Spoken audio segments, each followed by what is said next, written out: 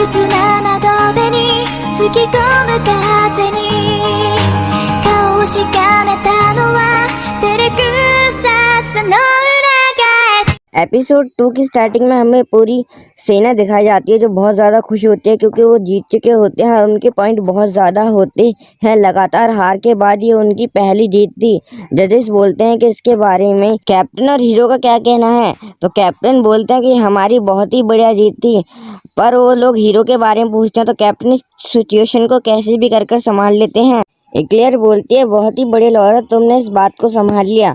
पर वहाँ पर शिनकुन बहुत ही ज़्यादा उदास बैठा होता है, बोलता है कि मैं कभी घर नहीं जा पाऊँगा। और वहाँ पर हमें राजकुमारी दिखाई जाती हैं जो बोलती हैं कि मेरी गलती की वजह से शिनकुन यहाँ फंस गया, मैं उससे माफ़ी कैसे मांगूँ और उसे घर भेजने का कोई रास्ता नहीं है क्या। वो बस इसी बारे में सोच जा रही होती हैं। जब भी उसकी मैनेजर बोलते हैं कि आपको इतनी चिंता करने की कोई ज़रूरत नहीं है, आपको बस अपने काम पर ध्यान देना चाहिए, लॉरेंस संभाल लेगा, आपको अपने कॉन्टेस्ट पर ध्यान देना चाहिए। उस बात से थोड़ा नर्वस होती हैं कि उसे कैसे वापस भेजना चाहिए हीरो को। और हमें यहाँ पर रिको दिखाई जाती है जो बोलते हैं कि सारी गलती मेरी है, मैंने राजकुमारी को नहीं बताया अगर हीरो को भेजने का कोई रास्ता नहीं है, फिर वो हीरो को नहीं बुलाती, ये सारी गलती मेरी है। और हमें वहाँ से सीन कट होकर हीरो की तरफ दिखाया जाता है। यहाँ पर हीरो बहुत ज़्यादा परेशान होकर बैठा होता है, बोलता है कि मैं इस दुनिया में फंस चुका हूँ, मैं इस दुनिया से वापस कैसे जाऊँगा। तो एक्लेयर बोलती है कि तुम यहाँ पर आए कैसे, तो बताता है कि वहाँ पर एक डॉग आया जिसने एक ज़मीन पर एक खंजर से हमला किया, वहाँ पर एक पोर्टल खुल गया और वो उस डॉग पर बहुत ज़्यादा गुस्सा करता है। वो डॉग उठकर उससे कुछ नहीं बोलता और अपनी पावर्स का इस्तेमाल कर एक सर्कल बना देता है जिसमें बहुत सी चीज़ें लिखी होती हैं। तो एक्लेयर उन सब चीज़ों को पढ़ के बता रही होती है कि ये डॉग तुमसे कहना चाहता है कि तुम्हारा इस दुनिया में स्वागत है और तुम इस दुनिया से कभी भी वापस नहीं जा पाओगी, ये तुम्हारे लिए चेतावनी है। जिसे सुनकर उसका पूरा मुंह बन जाता है और वो वहाँ पर रोने लगता है। जब भी उससे एक्लेयर बोलते हैं कि बच्चों की तरह मत रहो, तुम्हारी परेशानी मैं समझ सकती हूँ पर तुम इस दुनिया से बाहर नहीं जा सकते। और इस बात को सुनकर शिनकुन बहुत ज़्यादा उदास हो जाता है। तभी वहाँ पर एक्लेयर उसे कुछ पैसे देती है तो उस पैसों को लेने से शिनकुन मना कर देता है, बोलता है कि तुम मुझे अपने पैसे मत दो। वो बोलते हैं कि ये पैसे तुम्हारे हैं क्योंकि तुमने युद्ध में हमारी मदद की थी, तो मैं तुम्हें ये इसीलिए दे रही हूँ। जब भी शिनकुन पूछता है कि इस दुनिया में कोई मरता नहीं है कि युद्ध के दौरान, तो वहाँ पर एक्लेयर बताती है हाँ क्यों नहीं मरते, वो एक स्पेशल पावर से कवर जगह है इसीलिए वहाँ पर कोई मरता नहीं है, तुम्हें इसके बारे में कुछ भी नहीं पता। वहाँ पर शिनकुन को खाने की चीज़ पसंद आती है। जब उस दुकान का ओनर उससे पैसे मांगता है, जब वहाँ पर एक्लेयर उसे पैसे देती है, बोलते हैं कि ये लो पैसे और हमारे आधे पैसे वापस करो। और वो पैसे लेकर वहाँ से खाना खाते हुए जा रहा होता है शिनकुन बोलता है कि यहाँ पर तो सच में कोई भी नहीं मरता, कि ये सच है। एक्लेयर बोलती है सच नहीं है, मैं तुम्हें पूरी बात बताती हूँ, ये कॉन्टेस्ट की तरह है जहाँ पर हर राज्य अपनी एक सेना खड़ी करता है और वो अपने बहुत से पैसे देता है और जो इस लड़ाई को जीतता है उसे 60% पैसे मिलते हैं, जो टीम हारती है उसे 40% मिलते हैं। और ऐसे ही दोनों राज्यों को पैसे मिलते हैं और जिसने इस कॉन्टेस्ट में पार्टिसिपेट किया होता है उन्हें आधे पैसे मिलते हैं उसमें से, और बाकी पैसे रानी के पास रहते हैं और रानी उनसे हॉस्पिटल और महल बनवाती और आधे पैसे उनके सपोर्टर्स को जाते हैं। नेशनल सर्विसेज होती हैं जैसे हमें मिलते हैं और आधे उन्हें मिलते हैं जो रेफरीज होते हैं जैसे लाइन आर्मी और जजेस को। वो बोलती है कि ऐसे यहाँ पर काम चलता है। शिनकुन पूछता है यहाँ के युद्ध में कोई मरता नहीं है, तो बताती है कि फ्लोकर्स की पावर से बना हुआ स्टेडियम है वो, इसीलिए वहाँ पर कोई मरता नहीं है। अगर युद्ध में अगर तुम जंगल या पहाड़ों की साइड लड़ोगे तो तुम ज़रूर मारे जाओगे। वो बोलती है कि अभी हम रिको के पास आए हैं। नहीं, वहाँ पर शिनकुन बोलता है रिको कौन, और उसकी तरफ भागते हुए जाने लगता है। जब वो लोग रिको के पास पहुँचते तो वो रिको उनसे बहुत ही बुरी तरह से माफ़ी मांग रही होती है, बोलती है कि ये सब मेरी गलती है, मैं आपको वापस नहीं भेज पाई, मुझे माफ़ कर दीजिए हीरो। दे वहाँ पर एक्लेयर बोलते तुम्हें माफ़ी मांगने की कोई ज़रूरत नहीं है, हीरो यहाँ पर कुछ वक्त तक और रुकना चाहता है। वो बोलती है सच में ऐसी बात है, तो हीरो बोलता है हाँ सच में मैं कुछ दिन और रुकना चाहता हूँ। एक्लेयर पूछते है कि तुम्हारे पास कितना टाइम है शिनकुन, तो शिनकुन बोलता है कि मुझे घर 3 दिन पहले पहुँचना है समर वेकेशन की, तो मेरे पास हिसाब से 16 दिन हुए। रिको बोलती है इतने दिन तो मेरे लिए काफ़ी है और रिको बहुत ज़्यादा खुश हो जाती है। जही वहाँ पर शिनकुन बोलता है कि तुम मुझे उस जगह पे ले जाओगे जहाँ पर मैं पहली बार आया था, वहाँ पर मुझे टावर मिल सकते हैं। वो बोलता है सिग्नल, तो वो बोलती है सिग्नल। तो शिनकुन वहाँ पर बहुत ज़्यादा कोशिश कर रहा होता है सिग्नल पालने के लिए, पर एक्लेयर बोलती है कि ये काम नहीं करेगा, तुम्हें बार बार कोशिश कर कर कोई फ़ायदा नहीं है। शिनकुन बोलता है कि कोशिश करने वालों की कभी हार नहीं होती, और शिनकुन बार बार ट्राई करे जा रहा होता है। जब वहाँ पर रिको होती है, बोलती है कि शिनकुन ये देखो मैंने मशीन बनाई है जो मैंने अब तक 5 साल की मेहनत से बनाई है, तो ये तुम्हारे काम आएगी सिग्नल लाने में। तो शिनकुन बोलता है कि सच में। शिनकुन अपना फ़ोन चेक करने लगता है और वहाँ पर उसके टावर आ चुके होते हैं। शिनकुन बोलता है ये तो कमाल का मुझे सिग्नल मिल रहे हैं। वो बोलती है देखा मेरी मेहनत बेकार नहीं गई। जब भी शिनकुन फ़ोन विकी को मिलाता है और विकी वहाँ पर कॉमिक बुक पढ़ रही होती है और वो शिनकुन का फ़ोन उठा लेती है। वो बोलती है क्या इस टाइम पर फ़ोन शिनकुन क्यों कर रहा है, और वो शिनकुन का फ़ोन उठाकर उससे बात करने लगती है। बोलती है कि शिनकुन क्या तुम ठीक हो। शिनकुन बोलता है हाँ मैं ठीक हूँ। शिनकुन बोलता है फ़ोन लग गया, मैं बात कर पा रहा हूँ।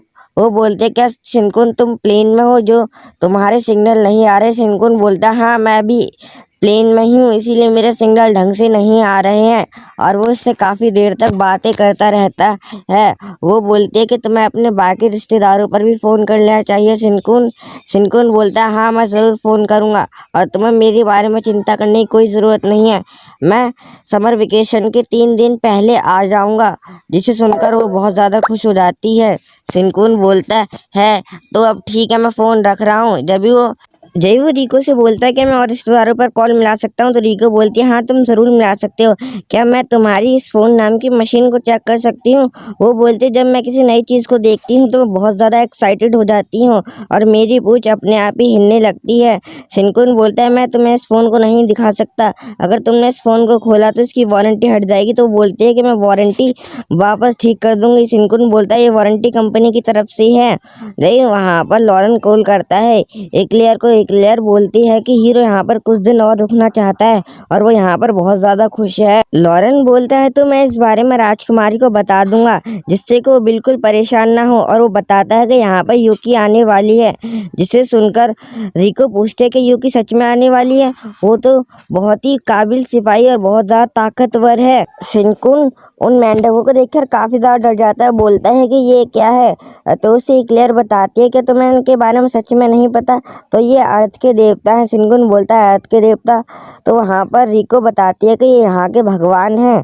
जब वहाँ पर हमें लॉरेन दिखाया जाता है जो राजकुमारी के पास आकर उसे सारी बात बता रहा होता है कि यहाँ पर हीरो 16 दिन और रुकेगा। वो बोलती है कि मैं उससे अपनी गलती की माफ़ी जल्दी ही मांग लूँगी। लॉरेन बोलता है कि आपको उससे गलती की माफ़ी मांगने की ज़रूरत नहीं है क्योंकि आपने उसे हमारी मदद के लिए बुलाया था, तो इसीलिए हमें उससे माफ़ी मांगना चाहिए।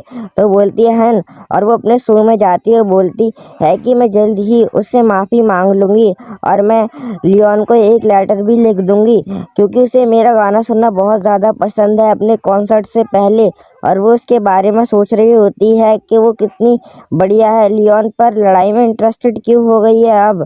और हमें लियोन दिखाई जाती है जो बैठकर आराम से जाम पी रही होती है। जब इसकी दोस्त बोलते हैं क्या तुम लियोन गाना सुनने नहीं जाओगी। वो बोलती है नहीं। गाउरोस कहाँ पर है। वो बोलती है मुझे भी नहीं पता कि गाउरोस कहाँ पर है, पर वो शायद बिस्कुटी की तरफ गया है। और हमें गाउरोस दिखाया जाता है जो बोलता है कि क्या सच में हीरो इतना ताकतवर है बिस्कुटी का, मुझे उससे एक बार लड़ना है। और हमें एक्लेयर दिखाई जाती है जो शिनकुन को राजकुमारी के कॉन्सर्ट हॉल की तरफ ले जा रही होती है। और जब भी रिको बोलते हैं तो मैं कॉन्सर्ट के अंदर जाने से पहले नहाना होगा। शिनकुन बोलता है वो कहाँ पर है, तो वो बताती है कि वहाँ बोर्डों पर लिखा होगा, तुम वहाँ पर पढ़कर चले जाओगे। तो शिनकुन बोलता है कि तो ये जगह है नहाने की, और वो तेज़ी से बात रूम की तरफ जाने लगता है, पर वो गलती से लेडीज़ बाथ में घुस जाता है जो और किसी का नहीं राजकुमारी का ही होता है। तो हमें अंदर पता चलेगा क्या होगा। जब वो अंदर जाता है तो बोलता है कि सच में यहाँ पर मेरे अलावा कोई और है। ये तो बहुत ही बड़ा है। क्या सच में ये अकेले इंसान के लिए है? जब वहाँ पर उसे राजकुमारी दिखाई जाती हैं, वो बोलता है कि राजकुमारी, और उन्हें देखकर बहुत ज़्यादा नर्वस हो जाता है और वहाँ पर वो उनसे माफ़ी मांगने लगता है कि मुझे माफ़ कर दीजिए, मैंने आपको ऐसे नहीं देखा। और वो वहाँ पर बहुत तेज़ी से उनसे माफ़ी मांग रहा होता है। वो बोलता है क्या, मुझे माफ़ कर दीजिए, मुझसे गलती हो गई, मैं अभी यहाँ से जा रहा हूँ, बाहर जा रहा हूँ। जब भी उसका पैर टोकरी के अंदर चले जाता है और वो बहुत ही तेज़ी से फिसलने लगता है और डायरेक्ट पानी में जाके गिरता है और वो बोलता है मुझे माफ़ कर दीजिए प्लीज़। जब भी राजकुमारी बोलती हैं है कि मुझे माफ़ कर दीजिए, और राजकुमारी को देखकर और ज़्यादा शर्माने लगता है और वो पानी के अंदर चल जाता है, बोलता है कि प्लीज़ मुझे माफ़ कर दीजिए। तो राजकुमारी बोलती है कि आप यहाँ पर आराम से नहाओ हीरो, और मैं यहाँ से जा रही हूँ। हीरो उन्हें जाते देख एकदम पानी से बाहर आ जाता है क्योंकि उसकी सांस फूल रही होती है। तभी से राजकुमारी की आवाज़ आती है और वो हाँ बोलता है। राजकुमारी बोलती है कि मुझे आपसे भविष्य के बारे में बहुत कुछ जानना है हीरो। तो वहाँ पर शिनकुन बोलता है हाँ मैं आपको सब कुछ बताऊंगा बाद में, पर अभी नहीं। तो राजकुमारी बोलती है हाँ। शिनकुन बोलता है क्या मैं किसी गलत बाथरूम में आ गया हूँ? वो बोलता है नहीं, ये गलत बात नहीं हो सकता, मैं सही बाथरूम में आया हूँ। और वहाँ पर बोलता है कि ये मर्दों का ही होगा। और वहाँ पर से राजकुमारी की चिल्लाने की आवाज़ आती है और वो तेज़ी से बाहर आता है तो देखता है कि लॉयन आर्मी के एक मेंबर ने राजकुमारी को पकड़ लिया होता है। गाउरोस तुमसे लड़ना चाहते हैं हीरो? तो वहाँ पर लॉयन आर्मी अपना इंट्रोडक्शन भी देती है, बोलती है कि अगर तुम हमसे नहीं लड़ोगे तो हम पूरे बिस्कुटी पर हमला कर देंगे, और हमारे पास अभी पूरे 200 लोगों की आर्मी है जो बिस्कुटी पर किसी वक्त हमला कर देगी। क्या तुम लड़ोगे हीरो गारोस से? हीरो बोलता है हाँ मैं गारोस से लड़ूंगा। और ये पूरी न्यूज़ पूरे शहर में फैल चुकी होती है और सभी लोग बहुत ज़्यादा हैरान हो जाते हैं, बोलते हैं कि राजकुमारी को गारोस ने किडनैप कर लिया। तो गारोस तो बहुत ही ज़्यादा ताकतवर है, हीरो शायद उसका मुकाबला ना कर पाए। हीरो बोलता है कि मुझे यहाँ पर राजकुमारी ने बुलाया है तो मैं गारोस नाम के इस बंदे से भी लड़ूंगा, और बहुत ज़्यादा कॉन्फिडेंट होकर बोलता है।